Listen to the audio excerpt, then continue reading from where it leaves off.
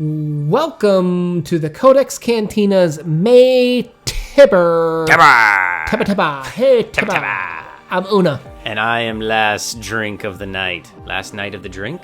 Crypto. It's time for you to have your crypto night. Yes, the last day of April. Thank the good Lord Odin. All right, we are filming this, streaming this through the internet to each other in our socially distant fun. We got three main things to talk about today, Crypto. Hit me. So we need to talk about maybe Midrash. So that is something that's going to impact our TBR, where I've ejected something from it. I know I'm the schedule guy. I never change the schedule, right? The other thing we got to talk about is kind of horizons of what's coming up next. Okay. And the third thing we got to talk about is kind of like Lucas, because if you didn't see, he put together that video. It was really, really, really nice for him to say like, hey, do you guys want to read Portrait of the Artist? He did it in this wrestling style promo intro video that was super, super nice, but there's no way I can schedule. I don't have time to schedule in that this year. I would have to wait. Well, we'll get to it, Lucas. Don't worry. Really appreciate it, Lucas, but there's just no way we can. We interrupt this programming of the Codex Cantina to bring you a very important message. You see, someone has issued a challenge. If you can call it a challenge. Someone by the name of Lucas from Bits of Wit, or Strike the Sun MD, or whatever he calls his channel this week. Yeah. You see, he's challenged us to read A Portrait of the Artist as a Young Man by James Joyce. Ha! You know, I've seen your videos, Lucas. You're hungry. The Virginian wolves always howl at the bottom of the hill when they're most hungry. Maybe his Midrash has plagued him into finally coming forth into man territory. Ha! I think it's time we issue our response, bibliomaniac? Oh yeah, brother. You think you know books because you were at the library? I've been in the book zone a long time, brother. Ooh, and let me tell you, I am the Intercontinental Book Reading Champion! And now, it's time to read you a night-night story. Oh yeah, brother. I'm the Tower of Power, too sweet to be sour. I'm funky like a monkey, sky's the limit, and YouTube Book Place is the place! Every book has its own cast of crazy characters, and I'm the craziest! You better be ready, brother. Oh yeah, I've been loving books my whole life. Expect the unexpected in the kingdom of madness known as the Codex Cantina. Oh yeah! With that said, Lucas, we accept your challenge. Understand, Una's schedule is busy. Maybe you were counting on that he wouldn't accept this. Well, let me fix that for you. There. I've hacked into the Codex Cantina systems. On June 16th, Bloomsday, a day annually commemorating James Joyce's life, we will kick off our book reading with you. If you should accept it, Lucas. Check one, check two. Are you can there? Hear me? Yeah. Can you see me? I can't see anything. What about now? Can you see me now? No. Okay, how about now? It's flickering. It's flickering. Okay, hang on. 3, 2, 1. You can see me now, right? Yeah, there you are. Okay. Okay. Right. Sorry about that. I don't know what happened right there. We just kind of lost our signal. That was weird. That's weird. Everybody's watching Tiger King on Netflix. Internet went down. All right, so as I was saying, there's no way... Wait a minute. Dude, we already have a Portrait of the Artist as a Young Man scheduled on our TBR. Like, it says we're doing it here next month. What? Yeah, we weren't supposed to be doing that next... Okay, I don't know. Maybe some... You didn't change the schedule, did you? You know me, I'm not the schedule guy. Okay, I don't know what happened, but for some reason, we're listed as doing, a Portrait of the Artist as a Young Man next month. So, wasn't originally planning that, but I guess somehow this got edited in. Okay, I guess we're going to do it. So let's talk through kind of maybe Midrash here and what we're going to be doing this month to be participating in this, because I did do some rearranging for this. And the idea is that that I've had an East Asian study, literature background. And it's something that I've enjoyed breaking down with you on some of our Asian studies, literature choices that we've had here. Some obviously not very much in the literature area, but we broke it down anyways. We tried. I'm gonna have you do Shinto. It's just called Shinto by Ian Reader, who's got his PhD in Japanese Buddhism. Yeah, I looked through it a little bit already, and you know me, I love studying religion, so this is something that I'm truly excited about. So what we're going to do is something unique where I'm not doing that one.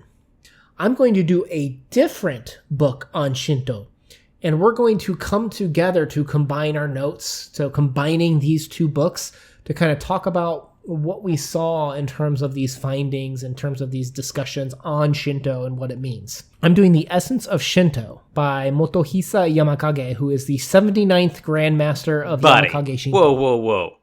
I'm doing Ian insert white guy's name, and you're doing the 79th Grandmaster? Buddy. No. Look.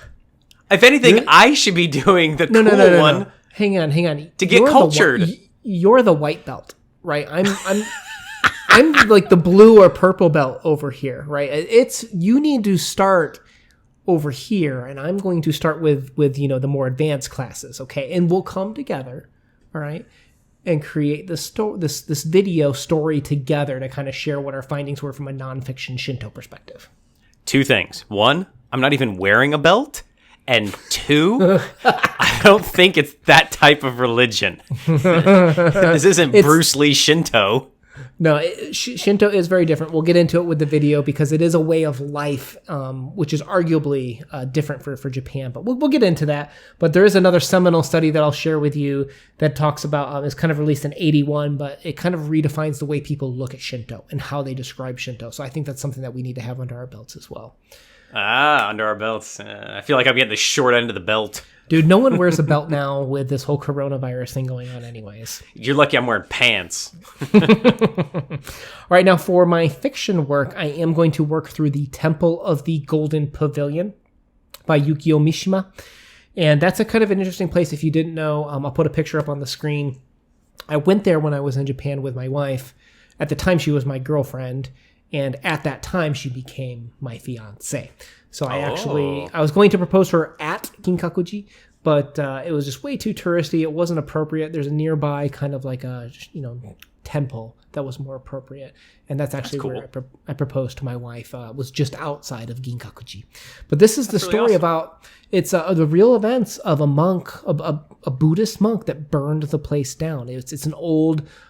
from the Shogun days, when the Shogun used to live here, he said, hey, when I die, I want this place converted into a Zen Buddhist temple. And it did.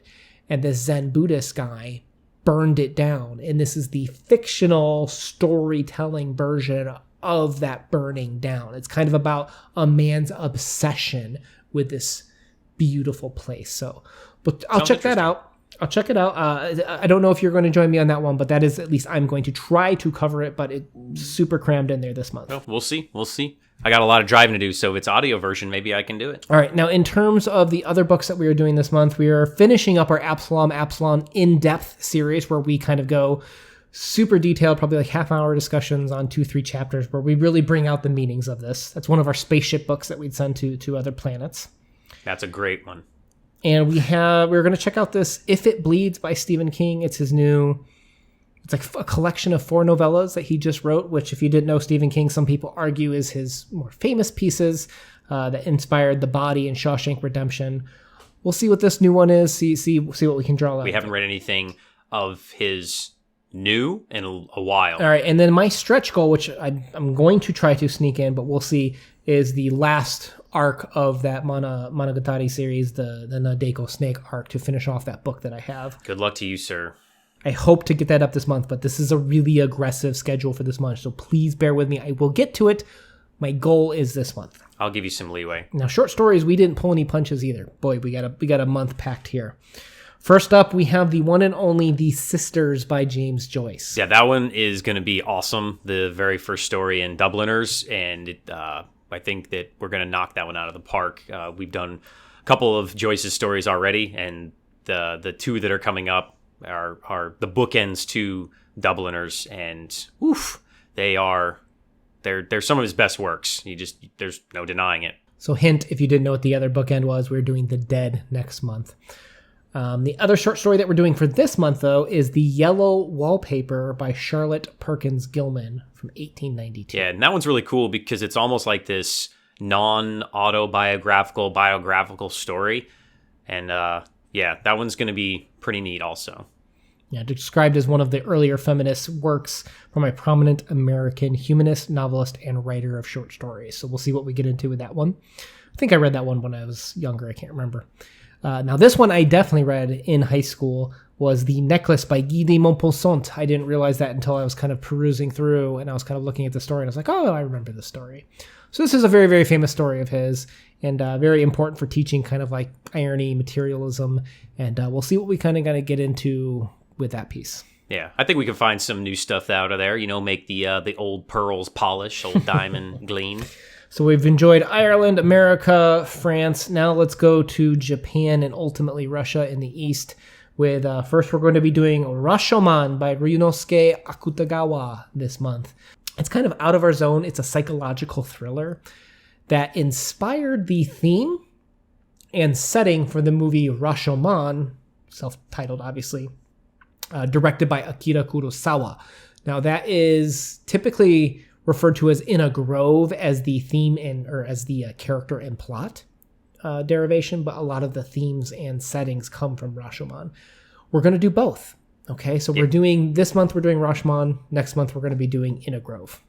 Yeah, you got to be excited about those. The Rashomon movie is one of the greatest movies of all time. You and I talked about it. Perfect 10, one of those up there that you can just watch every single time. To go back to the source material, no brainer. Those are going to be fantastic. Now, I did do those in college, and I can vouch that they're excellent.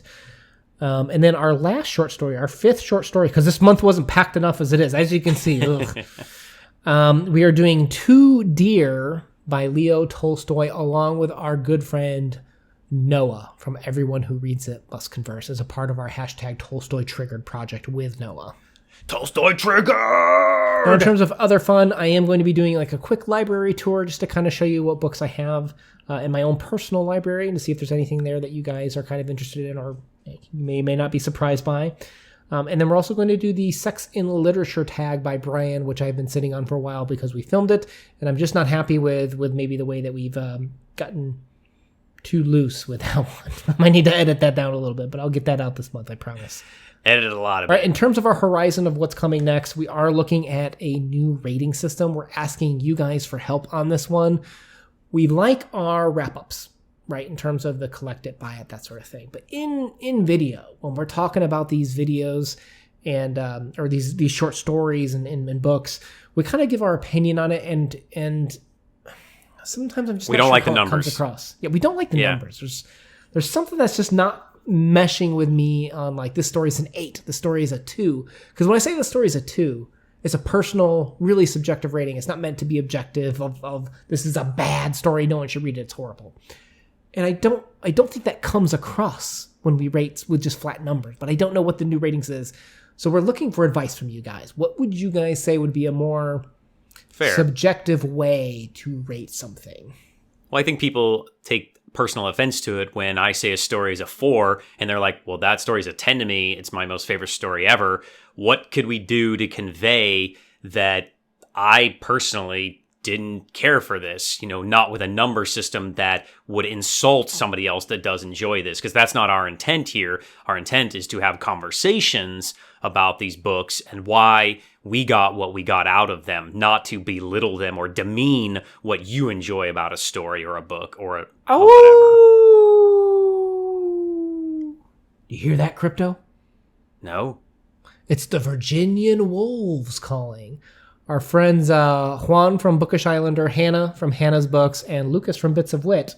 Good old Lucas from Bits of Wits. Man, that guy's all over the place, I tell you. He's popular. They've all just recently reviewed Virginia Woolf's Miss Dalloway, I believe it was, and just glowing reviews. And whether or not you believe it, a lot of the literature I read on William Faulkner refers to Virginia Woolf a lot. I've never read Virginia Woolf. It's a gap in my literary knowledge. How dare you? We're going to solve that. we're going through Virginia Woolf. I'm going to add it to the calendar. That's going to be something that's going to be important to us, is tackling that. And then in terms of our international plan, you've heard of very Irish, French, Japanese this month. We're not going to slow down. Next month is the June. It's actually known as Russian Heritage Month, which is hosted by the Russian American Foundation. So we're going to be following up with that. We're going to follow up with some more French work from Malacroix, which is by Henry Bosco. And then we're also going to be following up with, obviously, James Joyce and a portrait of the artist as a young man, which I didn't even know we had scheduled until now. I don't know how that happened. Yeah, you're losing it, man, in your old age. All right, now the last shocking news that we have is we started out a little bit more using literary fiction processes to analyze sci-fi. We might have another work of sci-fi on this channel with co-host Angela from the Literature Science Alliance. I don't know what that interaction will be yet, but we've discussed, she put out there that she's got this work that she wants to read. And I'm like, can I bum off of you? Can I read that with you? Because I want to read that. And she very kindly agreed to let us join her. So I will work with you. We still have to talk about what that relationship's going to be like in terms of how we review that piece. But there is going to be a fun sci-fi piece for next week or next month too. That should be fun. All right, and our last video is going to be our thank you to you guys. We hit 500. We really do appreciate that. We've started off very small, and it means a lot. It really does. Everybody that subs and likes and all that stuff. So thank you. So we did a Q&A. We're going to answer all your guys' questions, appropriate and inappropriate. We'll go by order of most inappropriate to least appropriate, or to more appropriate. The more appropriate one's going to get cut out first. More appropriate for drunkenness and lewdness. Yeah. Let's do those first. So we'll have that little thank you video too. Last video of the night, it's always the one that's like, editor Una doesn't really agree with this. Can I maybe try and match my audio and say something different now? And I'm dubbing this. All right, guys, and the last bit that we have is a news from our sponsor. Oh, why hello there. Slam to Slim Book! I'll just hack right into his schedule.